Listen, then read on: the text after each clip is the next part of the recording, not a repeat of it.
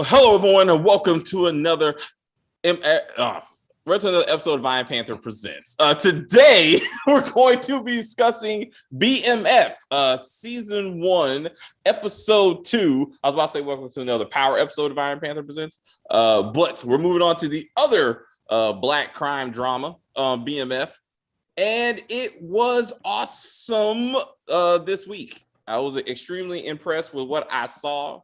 And I'm happy I'm watching it. Kim, what did you think? I saw your nod. I loved it. I was like, this is what Raising Kanan should be.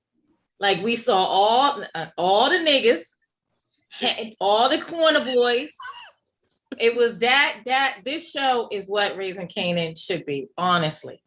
It was really good. Even the family drama part of it, I was impressed by, because Lucille and Charles, I see these parents, you know what I mean? Like, I feel them. I'm like, I get that. I grew up with people like this, these people going through that struggle. You know what I mean? To try to protect your kids once they leave the house, there's nothing you could really do. I thought it was great writing. I love that Mitch is narrating it. It's not corny at all to me, because like with 50 narrating, I've gotten used to it. But in the beginning, I didn't like it. But now with this story, I think it's needed. He's making sure that we understand the direction of the story, and I love it. I think all the actors are doing a really good job. It's great. It is. Stacey, how about you? What you think? I did enjoy this episode. I have questions about some of the characters, namely Lamar. Like, is this like a real person? I hope so, because by far he led this episode to me. Yeah. Like, I was like, I hope to God he's a real person, or maybe there's so much things going on with him. I think he's probably a combination of people. Like, I cannot believe that one person is all of this. But to the narration, right? Like, Big Meech is like, again, he's the narrator. Like, it's not a joint effort, right? Which makes me think that a lot of it, for the most part, is his story. Like how he saw his and his brothers' upbringing, their rise to power, and therefore you're kind of seeing everything through his eyes. For the most part, which is why he takes on this type of like super nigga like perspective, like he's there, he has to help everyone, he has to lead everyone, like it's all about him, and if without him it's all gonna fail, which I think is a little bit much. That's how Big Meech was, though. If you watch the documentaries and you listen to people who knew him, even his son, I watched his son on an interview the other day, and his son, they started this process 3 years ago. 50 sent his son to acting class because he really wanted his son to play him. So 50 sent him to acting class. He paid for everything, his apartment, his everything. And he really wanted this boy to play his dad. And then they also had to talk to Big Meech. Big Meech gave the permission for all of this to happen. And so all of these things that's happening as far as Big Meech's character, that is Big Meech. That is his real personality. That is how he was in the street. And he was bigger than life. I said, but like you can see, like a lot of it's like where's his perspective on all this stuff. But with this one, yeah, Lamar by far, I was like, in one episode, he was a strategic thinker. You know what I'm saying? He was a street nigga. He was a somewhat loving parent, as he tried to be. You know what I'm saying? And he was like a violent, a violent criminal, like all of that put together. And every time I believed it, like every time, like this is really what he's doing. And that really kind of starts with his strategic piece, right? So he joins the 12th Street Boys for the purpose of setting a fight between J-Mo and Big Meech is really his ultimate goal. So somehow, again, he hears about the fact that T was shot, you know what I'm saying? And then uses that to get the message out through his friend Slick, who's completely hilarious. And somehow that starts the Hood network, and then sets the stage ultimately for J-Mo to be killed by the end of the episode. I was like, what's up, Stacey? So are we thinking, at least I'm thinking, Lamar shot T? He did. He definitely and then started the rumors to deflect from him onto Mo. Absolutely. In order to get J Mo out of the picture. Yep, that's in my notes. Yep, absolutely. Now that could be where the story has to be because it made no sense that he already had the story together to be like, I heard it was J Mo, and I'm like, what? Like, how the fuck are you? And then how is it that's so then J Mo puts Lamar under Slick to say you guys run together since they kind of know each other. And then Slick is the one that starts the rumor, but J-Mo doesn't know that Slick, his own person, is the one starting the rumor that he is the one that tried to kill T. Like, this thing gets all over the hood very, very quickly. And J-Mo's no the wiser. Like, he's like, I already know. I mean, that this is being said about me. Like, this is before social media. And I'm like, this ain't before phone calls and shit. I mean, like, I was like, what? Anyway. The streets be talking, so my and ear the streets hustle. need a body. The ear hustle going on that Kato referred to. But then, so that plan goes beautifully, for Lamar from the family perspective, like him working with Monique and like that situation to be like, I want to be in my daughter Zoe's life, like him showing up to the school. I mean, it was ignorant, but it was love. It was love in it. Like he seriously believes. What's up? It's Zoe's father. I think that there's something bad about the way he wants to see Zoe so bad. I think he's sexually molesting that girl because the way that she was acting towards him. If she really wanted to, if she missed him and was happy to see him, why didn't she just hug him and be like, Daddy, oh, wow, I'm so happy to see you. Why is she like, I don't want to be near you? Why is she doing that? She missed him, right? She prayed for him every night. I'd be hugging him if he was that great to me when I was a kid. Why isn't she doing that? If somebody's keep telling you that your dad is a bad person, you kind of no, her mother's not telling her that. But the streets be talking, apparently. You said what? Also, the streets be talking. I'm like, I'm telling you, there's something more to this. And when he gets in that house with Mo, you'll see it. That's just my opinion. All right. And that's not the direction that they're going. I just think, A, she probably felt abandoned because he's been gone for years. B, she probably heard he was a bad person. Which he is. And then all of a sudden you show up and I'm looking at you like, with this little raggedy dog. Like, nah, yeah. I'm gonna call my mama. Yeah, like I mean, again, mama told me not to talk to you, so yeah. I felt like I felt, and then I don't think Monique has been very, very, clear on the fact that you are not her fucking daddy. You know what I'm saying? Who is her daddy? So it's the streets. Let's not get into who she fucking, you know what I'm saying? Because apparently it's a lot. Okay, so what I'm saying, like, I don't think if she had any hints of that, like he would have been dead as soon as he got out. Like I don't think she'd even be fucking around with this if she thought he was hurting her daughter. So, but anyway, we'll see how it goes. The point is, even at the end of the episode, daughter was still praying for him. She was like, I'm praying for daddy, on top of that. So I just think it's a complicated relationship, but he truly made an effort, you know what I'm saying? And we can see his capacity for niggering them, you know what I'm saying? So the fact that he's like, hey, I'm trying to be this, and he's almost about to fight Monique over this girl. I mean, physically at some point. I'm like, I thought when they were arguing at Slick's house, I really thought he was gonna knock shit out of her, to be honest. I would not have been surprised. Huh? She's bigger than him. I know, right? But I'm saying she got a lot of ass. You know what I'm saying? That kind of makes her look bigger. She got a lot. When she was messing with little Meech, when they were in the bed, I was like, why is she so much bigger than him? She was a lot bigger than him. I was cracking up with the sex scene. But Big Meech was holding his own. He was holding her. He was holding. Oh, he was holding. So I saw on Instagram or something, because I didn't know that's Cash Doll is her name. Like I didn't. Yeah, she's some type of rapper or something. Yeah, some type of, Meg the Stallion. I think he's like a rapper or something too, isn't he? Oh, I don't know, but she's legit. Somebody. She's a legit Detroit rapper. Like I didn't know that. And my point is, so I saw a video. She actually said she watched the first episode with her mother and then tried to cover her mom's face when the sex scene came on, because somebody recorded the sex scene on the big screen and then showed her trying to cover her mom's face, when she was naked. And I was like, yeah, that's probably awkward. Probably should have warned her mom. Like, Mom, there's a scene. Probably shouldn't be watching with her mama. Be like, but like, what about Brandy Evans, who got to watch Mercedes, like Woodbine, and be like, hey, mama, this is how I'm paying for this healthcare provider you got. So let's not point fingers, all right? Anywho, I thought it was hilarious. But as much as this Monique person makes bad decisions, when it comes to relationships, she's trying her best to be a parent. She's like, don't be showing up to my daughter's school and shit. Like that's not a good look.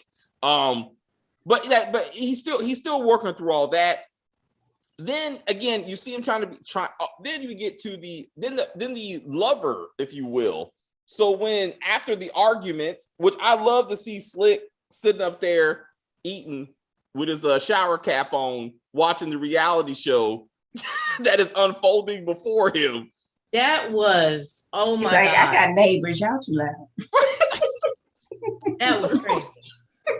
I was like, this is awesome. I was like, I could just watch a show with just him. This motherfucker was hilarious, right? Hey, but so in the restaurant, so this is where niggas start to set in. Oh my God. So I'm like 50, bro. Like her face was literally on a toilet, on the floor with a toilet, with people step and piss. I was like, okay, look, I understand you a big girl, but big girls need love too, right? Love yourself, mama. What are you doing? I was like, her whole face was on the floor. And then all that noise was not necessary, okay? I don't think he's packing that much, okay? No, it was Chick-fil-A would never. Huh? Chick-fil-A would never allow me. Not Jesus's chicken, not Jesus's bathroom. Nope. Absolutely. No, there would have been police called with all that noise. Okay. But after Lamar beat the shit out the manager the last episode, well, I mean, maybe he's like, he can fuck all he wants. But I'm like 50. This is too much, bro. Like, we understand these are street niggas. We get it, but you don't have to take it this far. Like, you're making us look bad for generations. Like, this is not good. Then the motherfucker comes out. Then Lamar's like, then he tries to eat. He eats Slick's fries. Like, you had it, bro. Like, definitely. No, don't you wash your hands. I know toilet hands. Toilet hand, ass hands. There's a lot of things going on with them hands. Like, it's like fucking Dave Chappelle. That motherfucker be like, it's like, everybody know what that figure smell like. Nobody cared. But Slick cared. Slick was like, nah, bro, you could have those fries. He's like, it's a whole lot of ass, and she's like, she had a whole lot of everything else. I was like, maybe they're going for a body image positive episode to be there was nothing positive about that situation. That was, he said, I'm desperate, basically, and I'm going to fuck the big girl. I was like, let's just say that. She's like, same time next week. She's like, same time tomorrow. She's like, same place, different position. I was like, what is happening? Like, how do you not have houses, cars, even anywhere other than the bathroom? All he has is that car. She can't fit in that car. We don't know where he's actually living. We're assuming that he may be sleeping at Slick's house. We assume, but that probably just started because they just hooked up at this point. So, you got to get where you can get it. I'm just saying, you assume that her ass has a house. Anyway, my point is, it was too much. It was too much. But anyway, they wanted to show you the range of this character, because right after that, right, he sits down and it's like, Slick is like, bro, you need to do something to rebuild your relationship with your family. And he's like, what should I do, Slick? I mean, please. He's like, it's like music. Right. He said, bitches like music. I was like, how many more bitches are we going to get? And then it was like, make her a mixtape or some shit. Then Lamar says, excuse me, may I borrow a pen, madam? I was like, okay, range. And then he sits there apparently and writes love letters, plural. That Monique eventually goes, oh, baby, you wrote this while you were in hospital? Yeah, that's when I wrote them. They look pretty fresh, don't they? But don't worry about it. I kept them safe in my heart before I got out. Crumbled them up a little bit.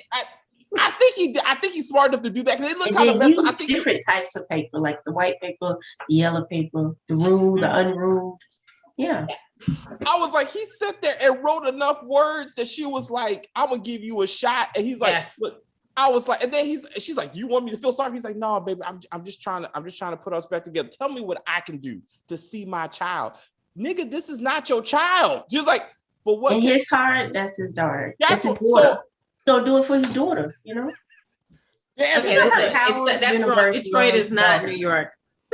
Damn it, Dre. I was like, it's the Dre syndrome. It's the Dre syndrome. He's like, do anything for my daughter. But that was actually his actual daughter. Like this, but I'm like, you know what? This is where blood tests come in good. I know we can do the picture thing. I know black people are good with the whole photo. This don't look like you type of thing. But let's take it to the ear. Which is stupid because your child can sometimes look like people from back when.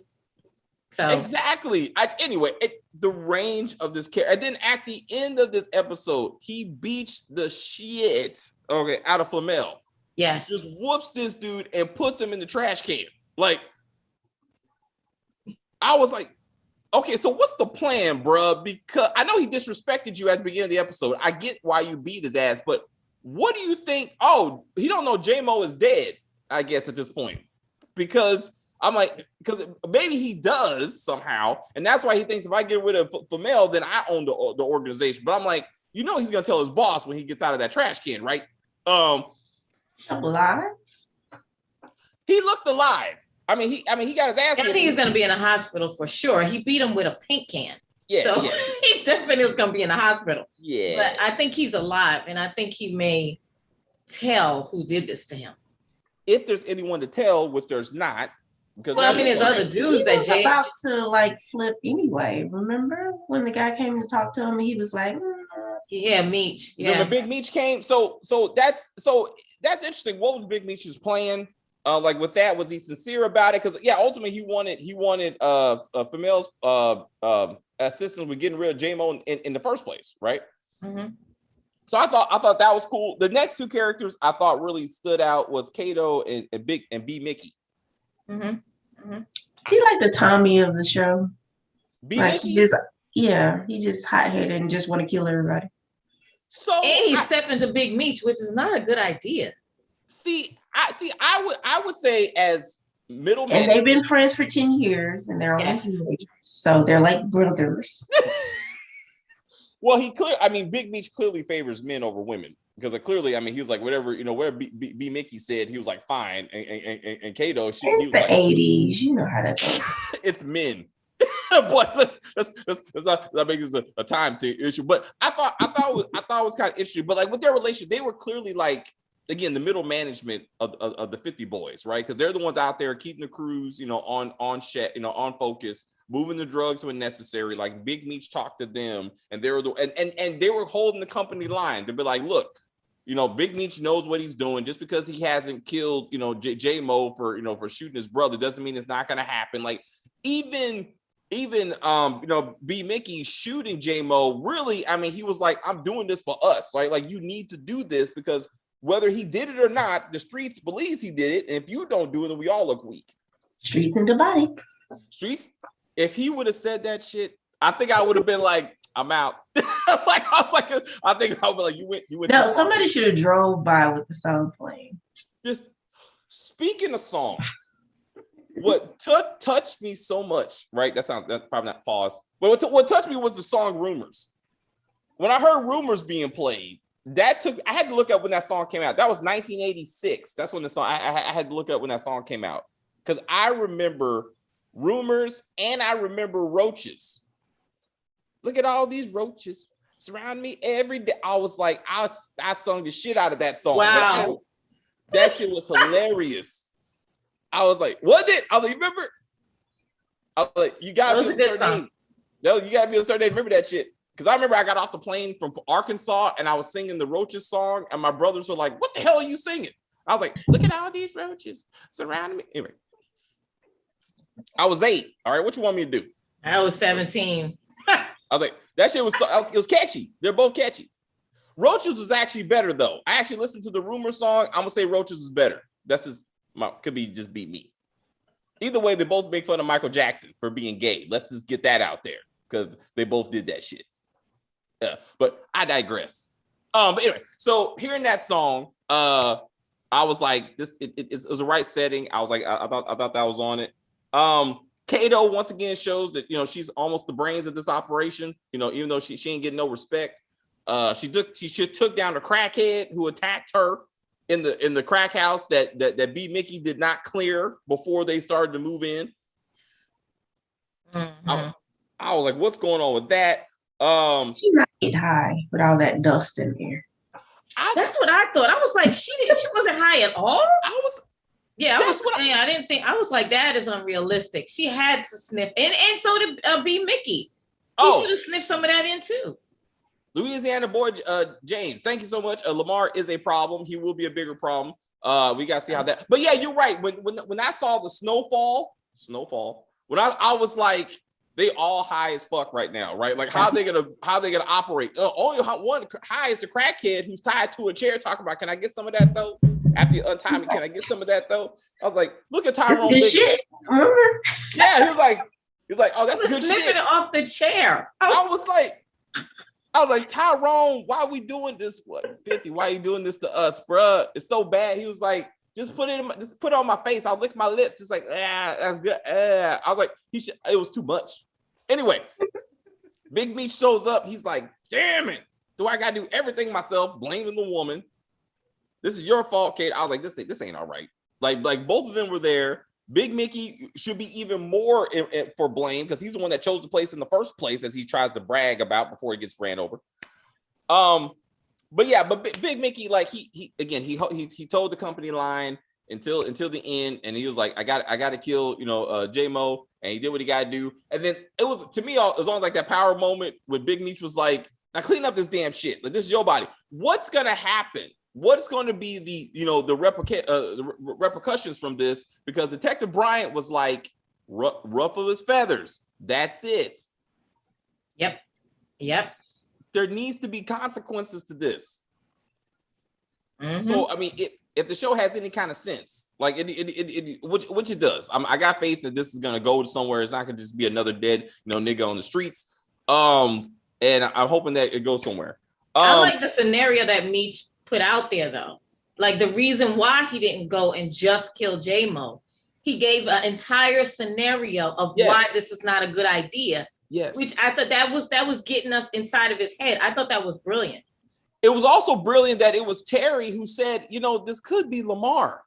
Yeah, he said, to be like, hey, I mean, let's talk about this, right? Like, we can't just assume that. And I was like, that's awesome. Like Terry's like the long-term thinker. He can take a step back and look at this from a broader perspective. And Big Meech listened. He was like, all right, that we need to consider that, right? So the fact that, again, that this is based on a true story, we know like Big Meech, and Terry are gonna be all right. So I say that with B Mickey like pulling the gun on Big Meech, like we could have been scared, like if we didn't know that where this thing is going, right? But I'm like, B Mickey's gonna be a problem. Like if they, consistently, they need to be consistent that he's gonna be a problem. He's Dre. He's Dre. He's Dre. He doesn't have a daughter, but he may after he gets with Kato. Yeah, we know.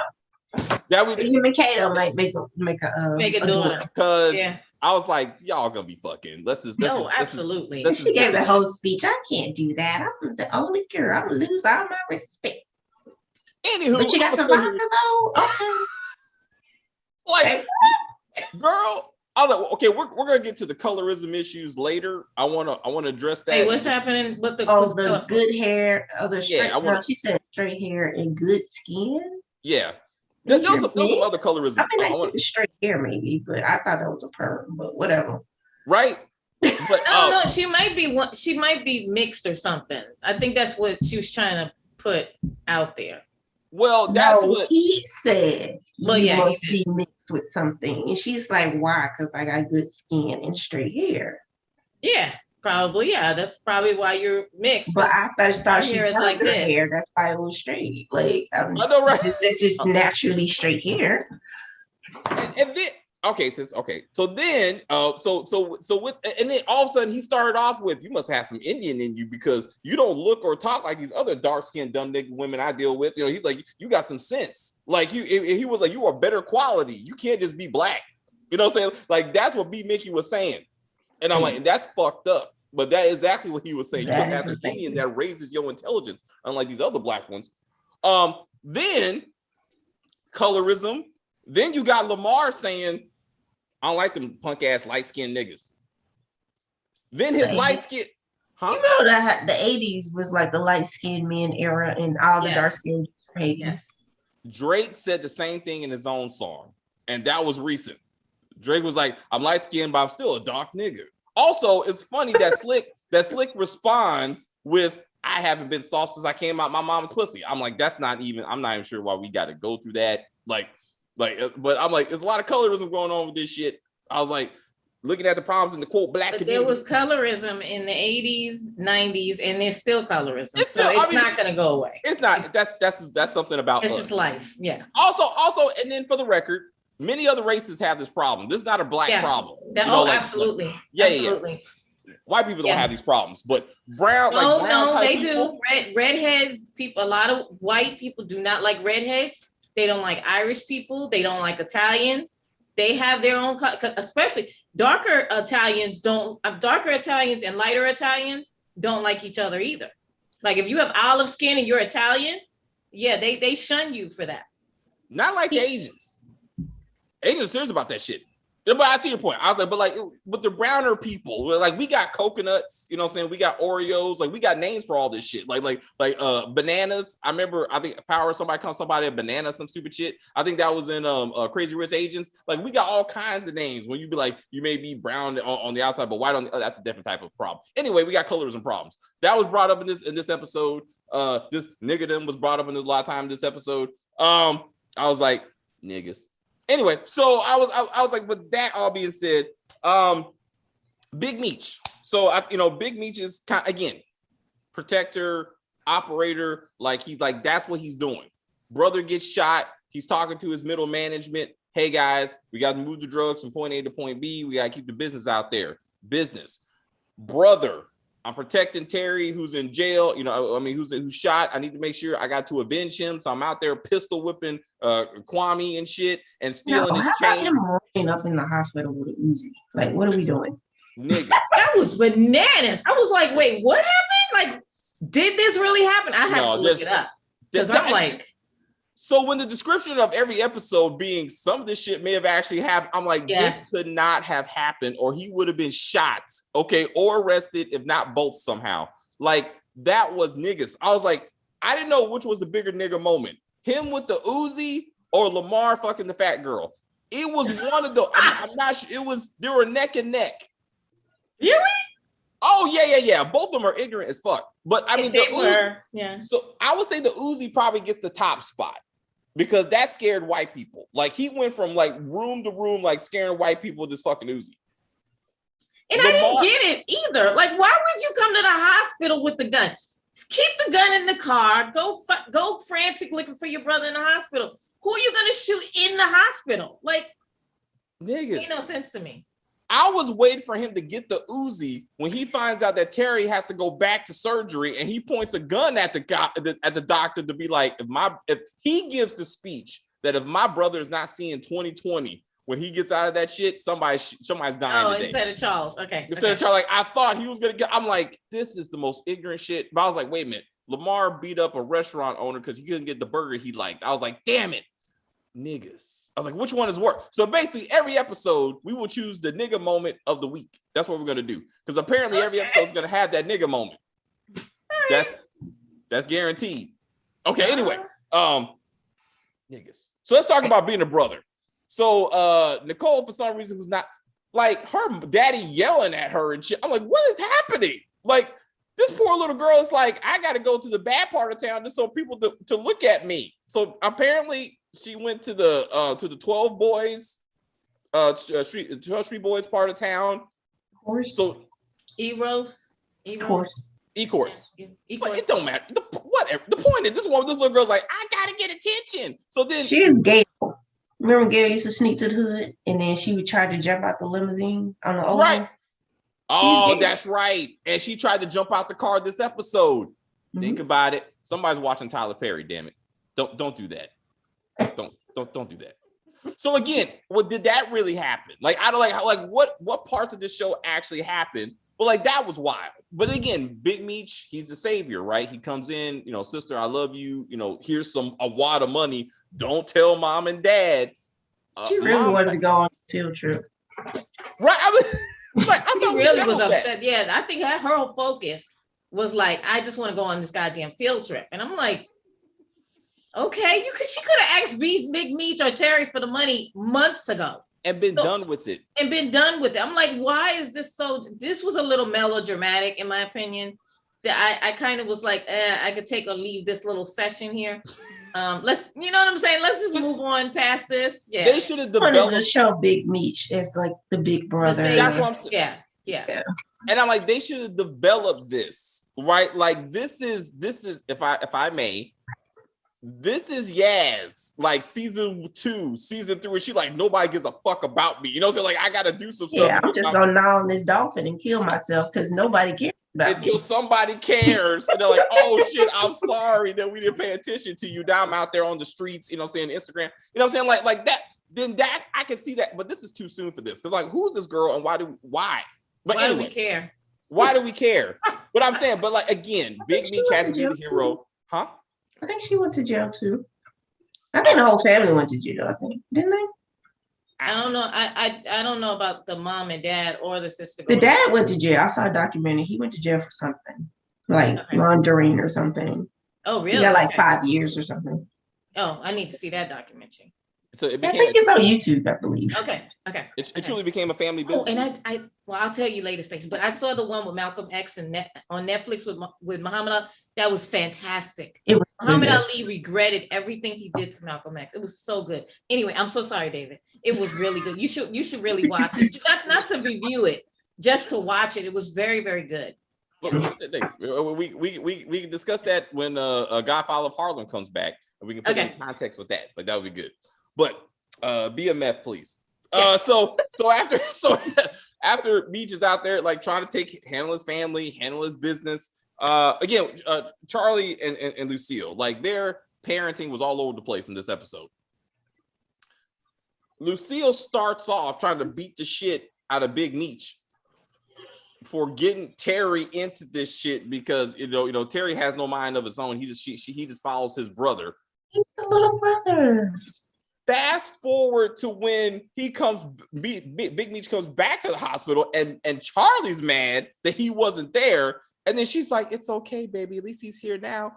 What? Yeah, like, I was confused. I was very confused. I was like, "What do you want him there, or do you not want him there? Like, make up your mind." And then also the way that you should not, with 2 children, period, in the story, have one that you obviously like more than the other. It's not even like they're hiding it.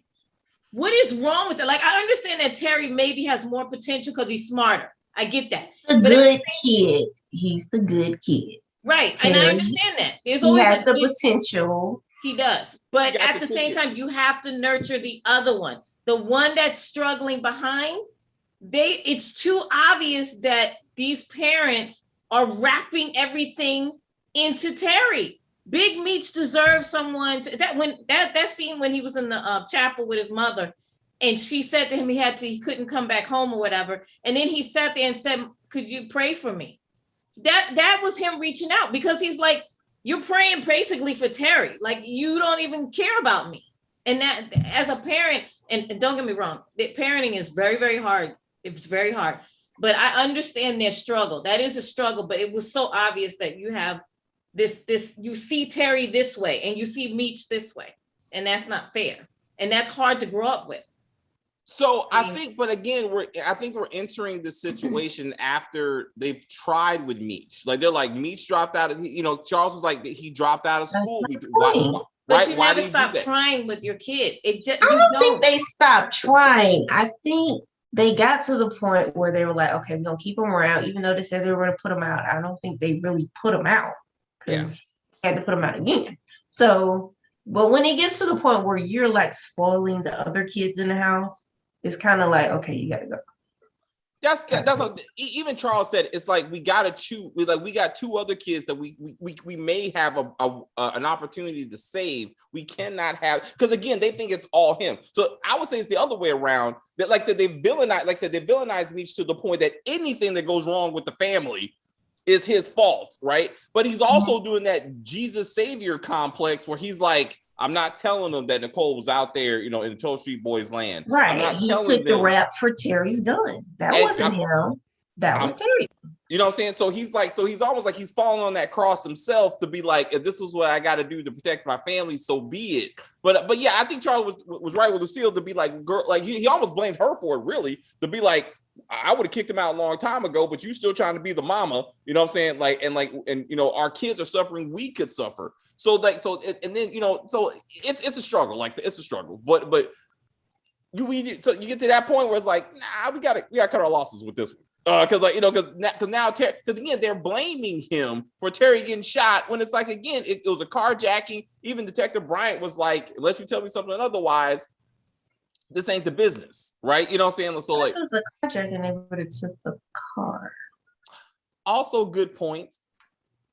So like that should be a clue that maybe like, did they actually take the car? Then maybe we have no apparently not. We don't know actually. He went from being shot to being in the hospital, so we don't even know the car was actually stolen. So it could have been there, huh?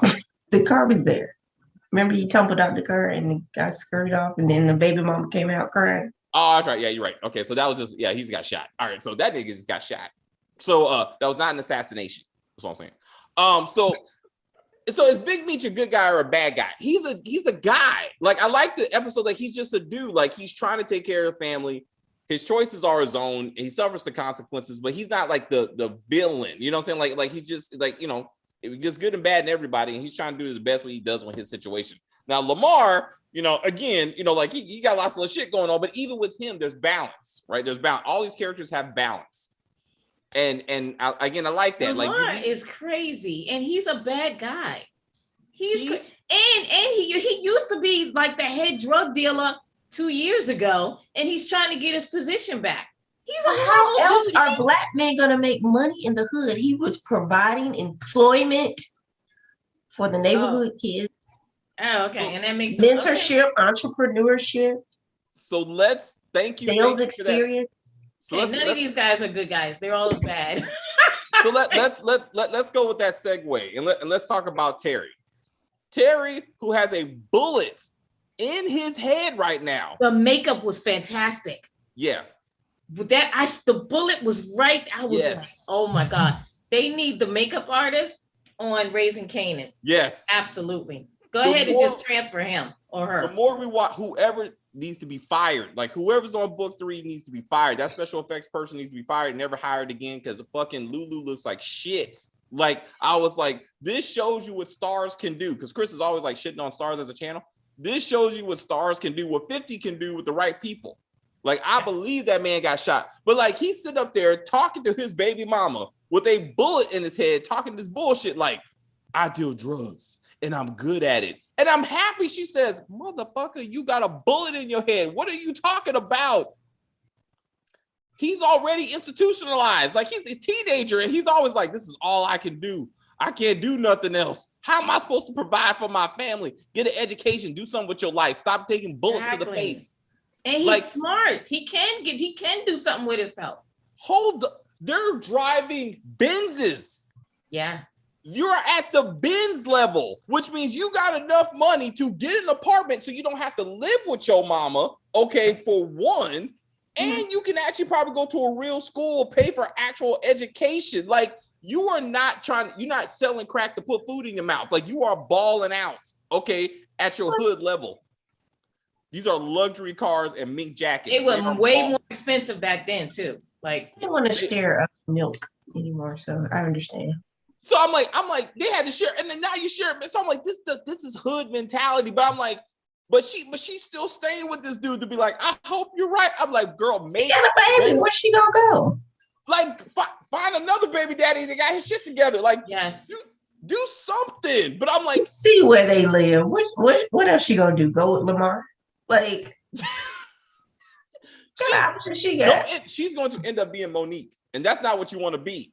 Not knowing which gangster baby daddy you got going on, just she might end up being Tasha. Terry's gonna be the biggest goddamn drug dealer in Detroit. He's gonna put her in the penthouse in the sky. Yep. And he's still gonna grow up to be shit. I absolutely see her that way because if you saw the documentary, you'll see. I mean, it does work out. I mean, it does work out. Yes, it does. But overall, make better decisions. Like sometimes you gotta be like, sometimes you can't ride certain drug dealers to glory, especially till they go to jail. Like that's probably not what you want to do. Then all your assets are gonna be seized because you don't pay taxes, and the federal government doesn't play that shit. Okay, she's young. We gotta remember she's young and stupid. Yeah, she's in love. Now that peroxide and bleach in her hair is clearly right in her brain. Exactly. Right. Y'all people fucking with women with their black hair. Damn, y'all rough. Y'all rough. What? Anyway, so I'm just saying. I was like, I think the dog agrees. So I would just like, when you have to be like, they have to provide. How's it gonna provide for his family? So this will lead me to my last point I want to talk about. So besides colorism, which they highlighted also, the lack of black role models from the 80s to now has not changed. When Big Meech is like, when we watched TV in Detroit, we thought we could either play sports or we would rather be drug dealers because they hired kids. He said that. He was like, I want to be the drug organization that hires kids because that was crazy. I couldn't believe he said that. Because they got clothes and women and respect. I was like, money, hoes, and clothes. It doesn't change. Like, niggas don't change. My point is, fast forward to 2021, what kind of role models do our black children have, really?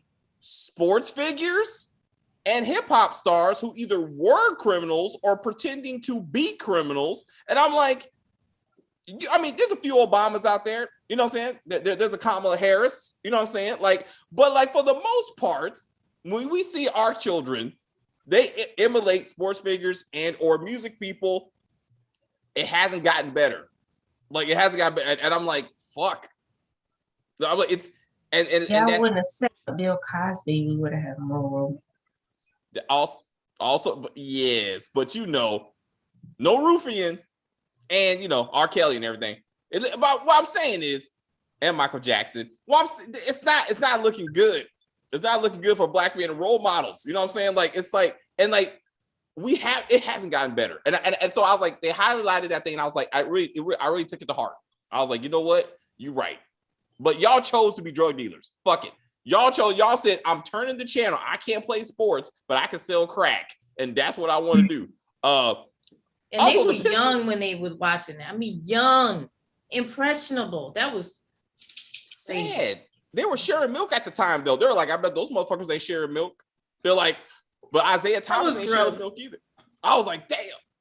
But Isaiah was punching the shit out of Michael Jordan, though. I mean, the Pistons were not to be fucked with. Like, they were beating the crap out of Michael Jordan in those days. I was like, damn. Anyway, Michael Jordan came up. You know what I'm saying? He plays sports, though. And he has a gambling problem. There's a lot of things going on with Michael Jordan. And he was cheating around on his wife. What I'm saying is, Michael Jordan may not be a role model. I don't think we're on track. We're kind of off track. My fault. At least he didn't get on the crack. That's what I'm saying. All the shit on Michael Jordan, no crack. So there you go. Thumbs up. Mom and dad. Two parents, stay away from the crack, boys and girls. That's what we're saying. It's not good for you. It's not good for your community. All right. Or Lamar's going to come for you. And you don't want that. And your big girlfriend. You don't want that. I'm sorry. All right. So I loved it. I love the episode. Any other characters? Yeah, you think what we got going on? I like Slick. I think Slick is funny. He's the comic relief. And him with the sunflower seeds. That was funny. Classic. Yeah. And his hair. Is that a Jerry curl? When he had the cap, and he was like, I was like, hilarious. And his previous name was PM. Yes. This is what I learned in my life. Huh? What is that? Is it night? Like, let's not get into that. I was thinking more prime minister, but okay. I like that, prime minister. this is why I've learned that in life that if you know someone who only has a nickname, they going to jail or they've been to jail. But if you know somebody that does dirt in their government name, they are really crazy. And they don't Tommy Egan. Lamar. At least Ghost had enough sense to be Ghost. Get a fucking kick off. I'm like, but Kanan was like, Kanan Stark. He got arrested. His own name. I was like, shit. Only Ghost had enough sense to be like, I need a moniker. Yeah, but that motherfucker. He had common sense until he got on TV as James St. Patrick, and nobody's gonna know it's Ghost. Totally fine. Nobody went, I bought drugs from that nigga like 10, 15 years ago. Maria said, I heard that voice before. We are getting off track. My point, like, I'm just like, takeaway is stay away from people who don't have real names. Like, it's not good for you. Like, it's not gonna be good for them. Like, I was like, Slick he's gone to jail and he will go back. Yeah. When I watched the first 48, every time a young black man under 30 was about to get arrested, and it was every episode damn near, they all had a nickname.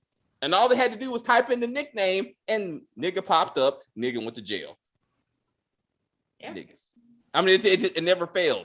Never failed. I was like, stay away from people with nicknames, don't have real names. That's what I'm saying. Just anyway, food for thought. Just stay away from niggas. Like, also true. Yeah. Please avoid them at all costs. It's not good for you. You can't take them to the hospital. You can't take them to the restaurant. You know what I'm saying? You don't know what they're doing in the bathroom. You gotta they don't wash their hands. Just like you're like, wait a minute, but is that? Oh shit, it is. I was like, you still got stuff on it. Like, do something with that. It hurt my stomach. I couldn't eat. I was like, That's why I don't eat people's food. That's why I don't know where their hands been. Don't do it. And COVID too. I was like, not that. Mama said you don't eat at other people's house, David. That's what I'm waiting for. I'm waiting for the real black moment where Lucille tells Nicole, you better not eat at so-and-so's house. We're going over to see so-and-so, and you better not get anything to eat. My mom did that shit every single time. She's like, I want nobody to think I can't feed my kids. And then, yeah. I had some trauma with that. I don't want to get into that. But it got bad. It got bad. Okay. And my point, all right, so anyway, I'll let you get that off my chest. Huh? It's called therapy, David. Oh, my bad. I'm working through this shit. That's what the channel's for. I don't admit to crimes though, because that's silly, Chris. I don't know why just saying random shit. Anyway. I have a catchphrase like I had one last week. I caught the second catchphrase. Please. The brothers, they said, womb to the tomb. That's right. I was like, there's a second one. Remember last week? I can't remember last week's. Last week's was see it, touch it, want some shit like that's that. That's it. That's it. That's it. So we gotta do a catchphrase one too, because I think there's gonna be more of these catchphrases. Yep. Top nigga moment. Gotta have that. Top nigga moments. Yeah. And the MVP. This is the MVP of the episode. Because I'm like, I thought Lamar was MVP of this episode. I feel like by far. I can agree with that. Yeah. He had growth. He was able to cover up the fact that he's batshit crazy. Okay. He was able to charm Mo into believing that he's actually, he's on the straight and narrow and he's not crazy anymore. Okay. Well, he convinced her that he truly does care about family. Yeah. Mm-hmm. But you saw her give him the side eye, right? When he sat next to her, she was like, He'll work his way, but she's like, I need to step up to a current drug dealer who's smaller, younger, and has not been to insane asylum or jail yet. Oh, also a commenter said that Monique is not Big Meech's baby mama. She's coming later, but that's not. Okay.